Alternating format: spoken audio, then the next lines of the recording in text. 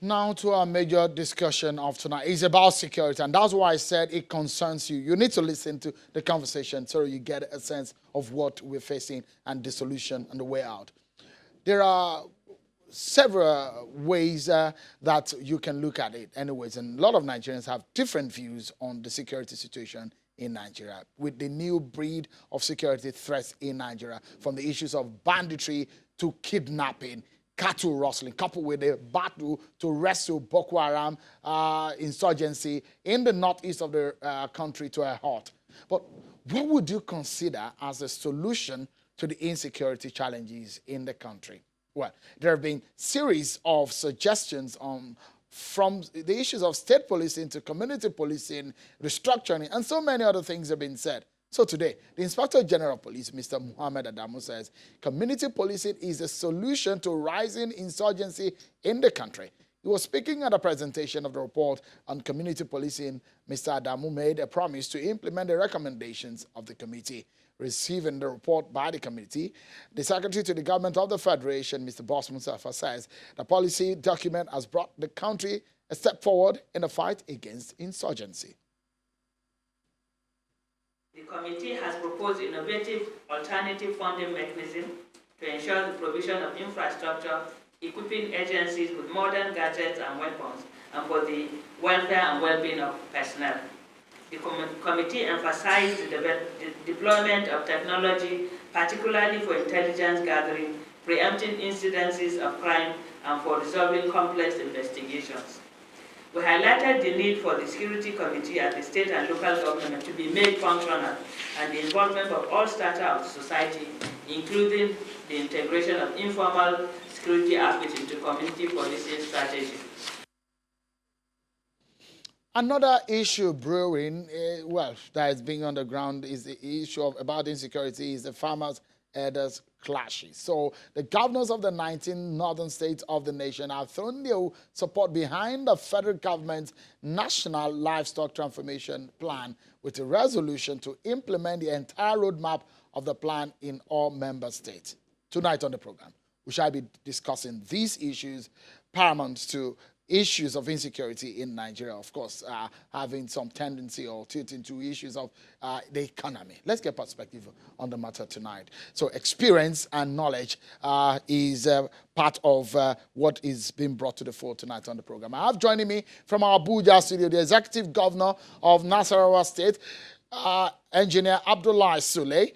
And here in our Lagos studio is a former Minister of Works and a former Senator, Senator Adesheye Ogunlewe. Thank you so much for coming on tonight, Your Excellency and Senator. Let me begin perhaps with Senator Ogunlewe, with the issue of the community policing that is brought to the fore. Look, we have a report now, and it's dealing with the issues of policy, institutional and legal frameworks, capacity of security agency, deployment, technology. A lot of issues are brought to the fore. But it will still boil down to one thing, legal reorientation. We need to tamper with the law to allow all these two to happen, isn't it? Yes, of course. Because it's only one Nigerian police that is known to the Constitution. So it's constitutional matter. It has to review the Constitution and amend as appropriate. But my concern is the community police going to be under the federal government? Or is it going to be a state or local government matter? What people are advocating is state police and local government police, which we used to have before the independence. And that is what is a lot better than to say community police, which is going to be, as before, controlled by the federal government. You know, security matter is domesticated within a community. You know yourself, you know who you are, you can speak your language. About certain function. The DPO is not a Yoruba-speaking person. And the people in the community are all Yoruba-speaking. They couldn't even speak one word of English. He had to send somebody else to come and deputize for him. It is as bad as that. It's either we want to tackle this security headlong, or we just want to be patching it up. I don't see any reason why every state, every local government cannot have their own police system. What is wrong with it? But with the way Nigeria is framed, our cultural nuances, our orientation as a people, the way our multi-ethnic and cultural diversity. Do you think state policing is going to be accommodating or accommodated even within the political structure? It's going to reflect, you know, the type of people living in that local government or in the state. It's not going to be strictly for one ethnic group. You have to diversify and know that you include all of them in the structure of your police system. But who must be in control? That is the problem. Is it the governor or the Inspector General of Police? Do you think the governor should be in control? Why not? He's in control of the state. Why should he not be in control of the security of the state? Who is going to be culpable? When there's a problem in the state, the governor hasn't gotten the right to direct the commissioner of police in the state to do A and B. He has to refer to the Inspector General of Police, and it's the same problem we're going to have.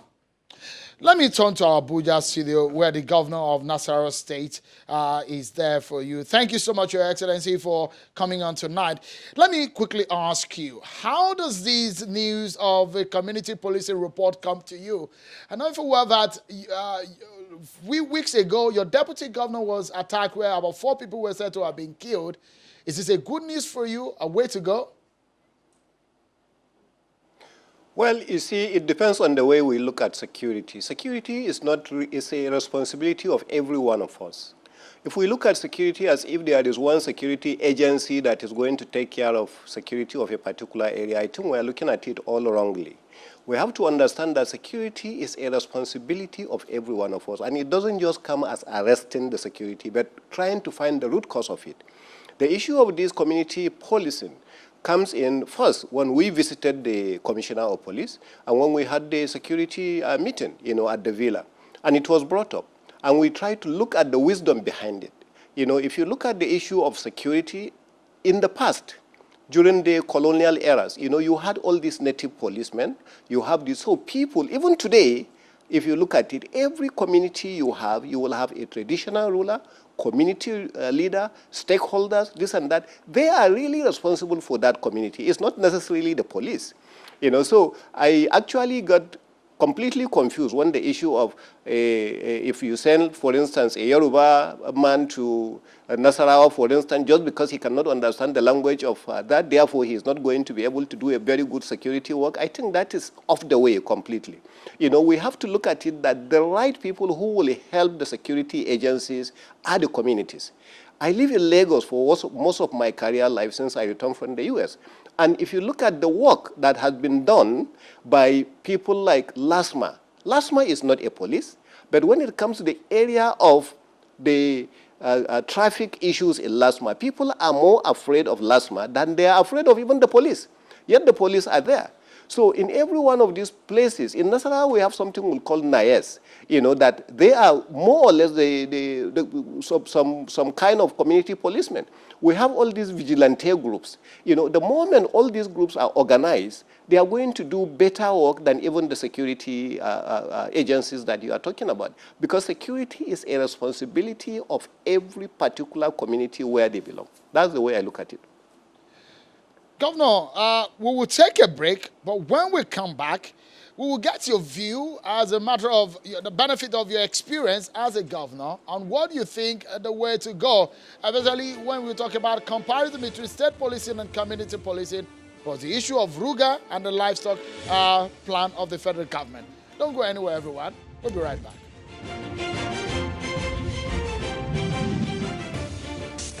Thank you so much, everyone, for staying with us. The issue of security takes our attention. And also, the National Livestock Transformation Plan of the federal government gets us talking on the program. Senator Ogunlewe, former minister and a former senator, has been talking to us, as well as the governor of Nasarawa State, Engineer Abdullahi Sule. Let me go back to the governor in our Abuja studio. Mr. Governor, if you can tell us, a lot of people had advocated in the last confab report, state policing was suggested. If state policing, for example, is brought to the fore, for example, for you in Nasarawa State, would you consider it as a possible solution to some of our insecurity challenges in the country? As for us in Nasarawa State, I don't believe state police is going to be a solution for us. Rather, we have a very complex society. You see, even all these issues of language, for instance, in Nasarawa you have over 20 different ethnic groups. So which one do you consider? So that's why I'm telling you I'm discarding issue of language. Two is issue of funding. Let's look at other national issues that have been handled by the states, whether they have been handled properly or not. Issue is election, for instance. If you look at INEC compared with the state electoral commissions, you will see a lot of conflicts and a lot of issues that are saying they are on because they are under the direct control of the various governors. So have they performed credibly? If you compare them with what maybe INEC has done. So that's why for us in Nasarawa, I will tell you, and I will be very upfront with you, we decided to embrace the issue of the state policing because we strongly believe, the issue of community policing, because we strongly believe, based on the various communities we have and the kind of locations that we have, the people within the communities are in a better position to inform the security agencies and give us information that will go and assist and help to protect themselves. And that's the reason why we decided to embrace it and carry it along. And it's a little more cheaper for us to manage, less sophisticated for us to manage than taking a whole state police as a whole. So that's the way we look at it. Let me go quickly to the issues of the National Livestock Transformation Plan of the federal government. Nasarawa State is one of the seven pilot states for this process. Tell us, because a lot of the critics of this program say, look, this is another name for Ruga. Is there any difference between Ruga and this plan, Mr. Governor? There is a lot of problems. I say, coincidentally, at the Northern Governors meeting yesterday, I was the one who asked that specific question you asked, and then I was given the answers. I was asked, I asked clearly, what's the difference between this program and then the NLPT, which is actually the National Livestock Transformation project? What are the differences? And then the gentlemen who are driving this whole project, took the time to explain to us. If you look at the document prepared, well-documented program that was prepared by those who have been driving the NLTP is more comprehensive, is more detailed, it carries everyone along, and it makes it optional. Let me tell you, because a lot of people who criticize both the Ruga project as well as the NLTP are people who think it's being enforced on them. And that's why I'm happy you mentioned Nasarawa State was one of the states that volunteered to be part of it. So it's actually a project of volunteering. A state that believes they have land to be able to provide so it can be where open grazing will now be controlled so that we can control these people to a particular location. Those are the states that decided to volunteer because they have the land. If a state like Lagos, for instance, that doesn't have even enough land, say, no, we don't want it, it's clearly understood and it should be respected. I think that is where a lot of people get it wrong because they are thinking that some parts of Nigeria will be taken to be given to these herdsmen, whether the states like it or not. No. It's purely a voluntary program for those who believe that the best way to solve the herdsmen-farmers clashes and stop all this open grazing is for you to allocate a particular area that will be developed for the people to go to school, for people to get. So it's even a way of security for us. And that's what it is. So that's why Nasarawa State decided to embrace it and volunteer to be one of the 7 states like you mentioned. If I may ask so it's different from Ruga. Okay. So if I may ask you, because one of the plan of this project is that it will create jobs. For example, in Nasarawa State, how many jobs could this project possibly give to your people in Nasarawa State, for example? Okay, the job issue is important, but to be honest with you, for us in Nasarawa State, our interest is more in the areas of security. We have farmers that have actually finished their farming. They can't even go and harvest because they are afraid of being attacked. So jobs issue is very important to us in Nasarawa because we want jobs to be doing, but we are more interested on the other areas. Now, on the job issue, let me answer it. It depends on the land area that you are providing. There are some states that have given maybe up to 30,000 hectares of land. In Nasarawa, we have given like 6,000, 7,000 hectares in some few locations. And in every location that there is going to be a school. So that school is going to generate employment for teachers. There is going to be something actually like an abattoir. It's going to generate employment also for the people. So in a whole, you can look at it that in every area that there will be anywhere between maybe 200, 500 chances for employment in every location, But as I said, it's not the employment part that concerns us. It's the security aspect of it, separating these and giving people that is more important to us than that area of jobs. Oh, yeah, Mr. Governor, just a moment. Let me come to Senator Ogunlewe, who has an experience in lawmaking. For you, the Ruga has been debated largely, but this has come as a voluntary process to accommodate all those who have differences, both farmers and herders. What's your take on it? It's just the name that has changed. It's a farm settlement. If you have a farm settlement, you can breed cows, you can breed sheep, you can even farm there because they are interrelated. So it's a very good proposal. And it is the way to go. To have farms, they should just not say livestock. Because livestock is not going to be sustainable, and separated from other farm process. They have to be together. Because the skin can be turned into so many things. The waste can be given into farmland. It can be used as for other purposes. So it is a very good initiative. Does it need to be captured legally? Of course, but it's a farm settlement. Let us call it farm settlement. So that it's not going to be livestock alone. That is the fear of people. Why livestock? Where it is a farm is a farm. The livestock will be there. Other farm, programs will also be there.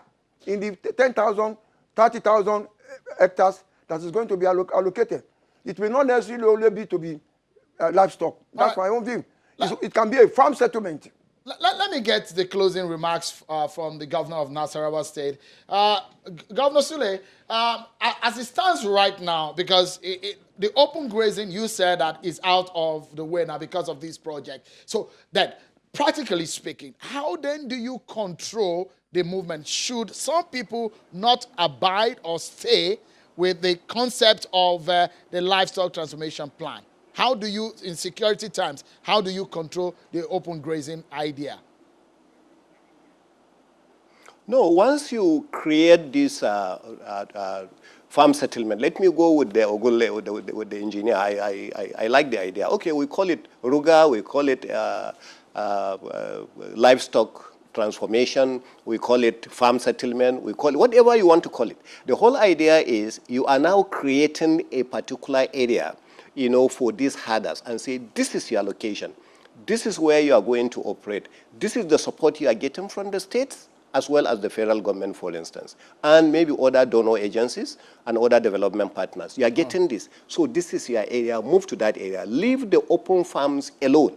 You are not going to move to those areas because you have this. And it is to their own advantage. There are schools for their own children. There is going to be a clinic, for instance. There is security post. There are this. So, and there is going to be water, what they are looking Governor, for. Do you have any fears, in the area as we close in a few seconds, do you have any fears about this project? Any fears in a few seconds? Absolutely. Absolutely no fears. Okay. I must sincerely thank you for coming on tonight. I mean, some of the explanation you've made will probably clear the air and help a lot of Nigerians understand the benefit of the knowledge of my guest tonight, Senator Adeshaye Ogunlewe, former Minister of Works and also a former senator, and the Excellency, the Governor of Nasarawa State, Engineer Abdullahi Sule. Thank you so much, gentlemen, for coming on tonight. Well, that's our show for tonight, everyone. Many thanks for watching. I'm Shino Kimale. Bye-bye.